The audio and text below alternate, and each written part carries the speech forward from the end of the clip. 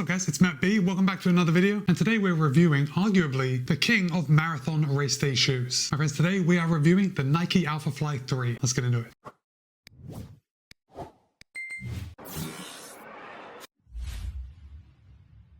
Okay, let's get started with those disclosures. Nike was good enough to send me the ALPHAFLY 3 for the purpose of review. However, they haven't told me what to say. They don't have any editorial privileges, and all the thoughts and opinions are my own. With that said, you can pick up a pair of the Nike ALPHAFLY 3 for $285. Of course, I'll place links in the show notes below in case you want to pick up a pair for yourself. You know, as a reviewer, when I get a shoe like the ALPHAFLY 3 in, I imagine it's like the guys on Top Gear when they get some kind of hypercar, like a Bugatti or a McLaren. You know, maybe they've been driving around in a Toyota Corolla until that point. And if they have, when they get a chance to drive that hypercar, you can imagine is pretty exciting. That's exactly how I feel about testing the ALPHAFLY 3, and it didn't disappoint. But of course, let's get started with some specs and talk about the shoe itself, then we'll talk about the ride. Now, the ALPHAFLY 3 has 40mm in the heel, 32mm in the forefoot for an 8mm drop. Nike claims that a US men's size 10 will tip the scale at 7.69 ounces or 218 grams. However, in my size, a US men's size 13, it tips the scale at 9.3 ounces or 265 grams. So this is the lightest ALPHAFLY yet, and it really is very light. It feels light in my hands, it feels light on my foot. But let's get started at the top. We'll work our way down. Now, Nike is using their Atom Knit 3.0 upper. And basically, it's a one-piece knit upper. And guys, I almost feel bad saying it, but I think the Atom Knit upper could be my favorite part of the shoe. Now, that sounds ridiculous on a shoe like this, but I can say that the Atom Knit upper is just the right upper for all the technology that goes in down here, right? We always talk about the midsole being the magic of the shoe. Well, the Atom Knit 3.0 upper meets that magic head on because this thing is a work of art. It is super light, it's super breathable. I'm going to hold it up. Obviously, I've got the Volt colorway. Now, you can't see through the shoe from the camera,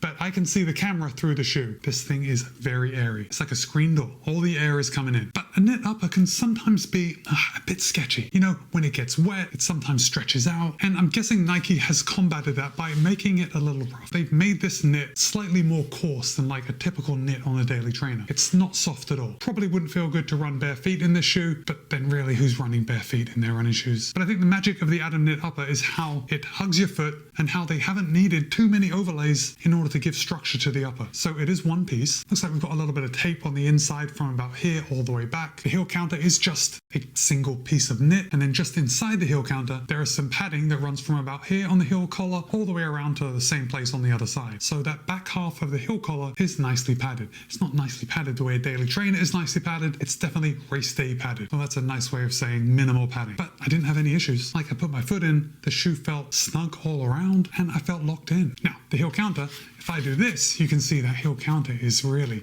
loosey-goosey, but then they have incorporated a fairly stiff piece, like a moderately stiff heel counter, coming about halfway up the heel to about here. You can see I'm pressing it down. And also, look at the shape of the back of the shoe. You see how this heel cup kind of leans forward? And that obviously is by design. I think Nike puts a bit of thought into this kind of thing. But when your heel goes into it, your heel sits back in the shoe, and then this nice soft padding around the heel collar pushes gently against your heel, giving you a good locked-in feel. So all that to say, I didn't experience any heel slip, no feeling of heel slip, and those two are different for me. Sometimes, although not often, I do get heel slip in a shoe and I have to use the lace lock method. More often, I experience a little looseness in the heel, and it feels like my heel could slip even though it doesn't. And that's the feeling I get with the Vaporfly. Not so with the ALPHAFLY. I had a lovely heel lockdown. Now, as I've already said, we do have a one-piece knit upper, and Nike is using their lock laces, which is the laces with the little teeth on it. Really, I think these are the only laces necessary for any shoe that's used for racing, because it's the only way I can be absolutely confident that my laces aren't going to come untied. So what I'm saying is this shoe gives me a great lockdown, and I don't have to worry about my laces coming untied during the race. Furthermore, another problem that I've experienced in other shoes with a knit upper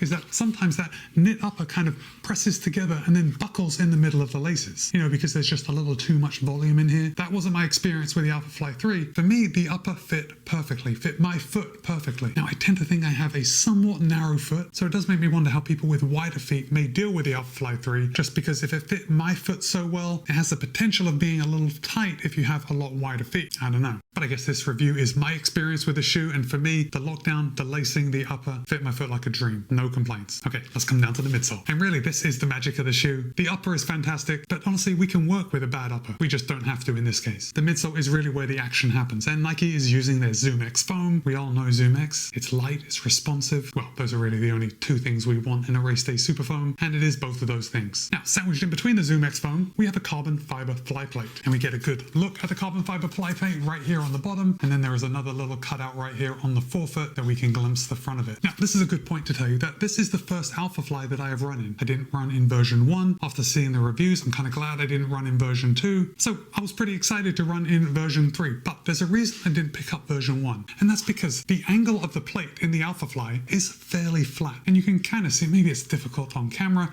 but the plate runs just on top of the Zoom AirPods, comes towards the back of the heel, and it comes straight back about halfway between the top and the bottom of the midsole foam. So it is a fairly straight plate. Like, it does dip down just a little bit, but ultimately it's not curved, especially when we compare it to the Vaporfly. And I have my pair of Vaporfly here. So let me just show you on this pair. The carbon fiber plate starts at about halfway between the top and the bottom of the midsole, just like on the ALPHAFLY. And then in this little window here, you can see it turns sharply down to the forefoot. And then the carbon fiber plate is very close to the ground in the Vaporfly. That's really the difference between the two, and the main difference in how they ride differently. So because I am a heel striker, I always thought that the rolling motion of the Vaporfly and the position of the plate was going to be better for me. Okay, got that? Keep that in mind. And then of course, with the ALPHAFLY, we have the carbon fiber plate. We've also got these 2 air zoom units. And I very much doubt this is the first ALPHAFLY 3 video you've seen. So these are just little airbags, and they accentuate that energy return in the forefoot. So ultimately, the ALPHAFLY is more made for midfoot to forefoot strikers than the Vaporfly. Or the Vaporfly does work well for midfoot and forefoot strikers, but if I had to say which one works better, I would say typically the ALPHAFLY is going to work better if you land midfoot to forefoot. Remember? I don't. I'm a heel striker. But I'll tell you more about that when we talk about the ride. So now we've got the midsole and all the tech that goes inside the midsole. Let's come down to the outsole. We have a good amount of rubber here on the forefoot, a little bit of strategically placed rubber here on the heel. That's exactly as I would expect with any race day shoe. And I did run in this shoe in the wet. And I've got to say, I was pretty impressed with the grip. I didn't experience any sketchy moments when I thought I was going to slip. So the grip of the ALPHAFLY 3 is spot on. I did run into one problem when I was running in the wet. And that is that when everything got wet inside, I noticed there was like a squeaking sound. And I did put out a short, maybe you saw it, and I actually thought that I had punctured one of the air zoom units. But actually what happened after a few more runs, I figured it out, especially when they were dry and they weren't making any noise, was that I think that because I was running in the wet, everything inside got wet and there was some kind of friction between the air zoom unit and the midsole foam. And with every footfall, it was just kind of rubbing and creating friction and creating a sound. But when the shoes were dry, I didn't experience any of that. So just be aware, if you're running in the wet in the ALPHAFLY 3, you may experience like a strange kind of air-like sound. It's nothing to worry about. Okay, so let's talk about ride. Now, this is a race day shoe, and in order to test it, I didn't take it out on any runs other than workouts. I also ran a race in the shoe. Now, Nike does claim that this is made for marathon speed, and the race I ran was not a marathon, but seeing as even my 5K pace is not anywhere near world record marathon pace, I don't think that really matters. Ultimately, this is a race day shoe. So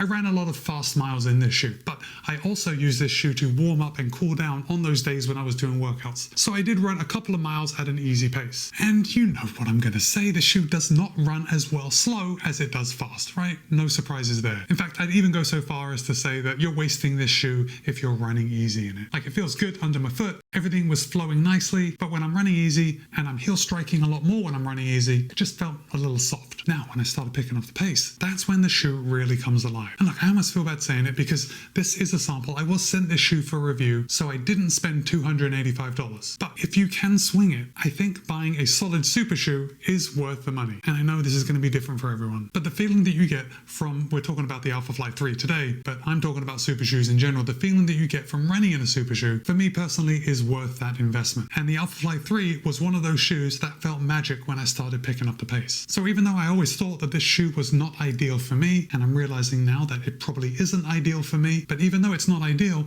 it still feels fantastic. It feels fast. It gives me that extra energy return that I'm looking for when I'm trying to pick up the pace on intervals, especially on race day. When I start to pick up the pace, I do start to land more midfoot. So that's when I started noticing the energy return from these air zoom units. And when I was racing, I kind of found that I could tune my brain into the shoe to think about my feet and what they were doing and how they were hitting the ground and how they were helping moving me forward, because there was a definite benefit from running in the ALPHAFLY 3. Now, I know several of you watching this video have probably run in this shoe, and I definitely want to hear from you. I want to hear your experience when using the ALPHAFLY 3 for races. So drop a comment and let me know. So I guess in summary, this shoe is actually everything that you expect it to be. This is definitely a hype shoe, and I think the ALPHAFLY 3 actually lives up to that hype. Of course, it helps that the fastest marathon time in the world was running it, but even putting that aside, this shoe is a solid piece of kit. And if you have a chance to run in it, I don't know, again, I feel bad kind of recommending people to spend so much money on a pair of shoes, so I'm not going to do that, but I am going to say the shoes do make a difference. They're light and they're fast, and I think you'll like them. Now, just quickly before I wrap up this video, if I had the choice to run a marathon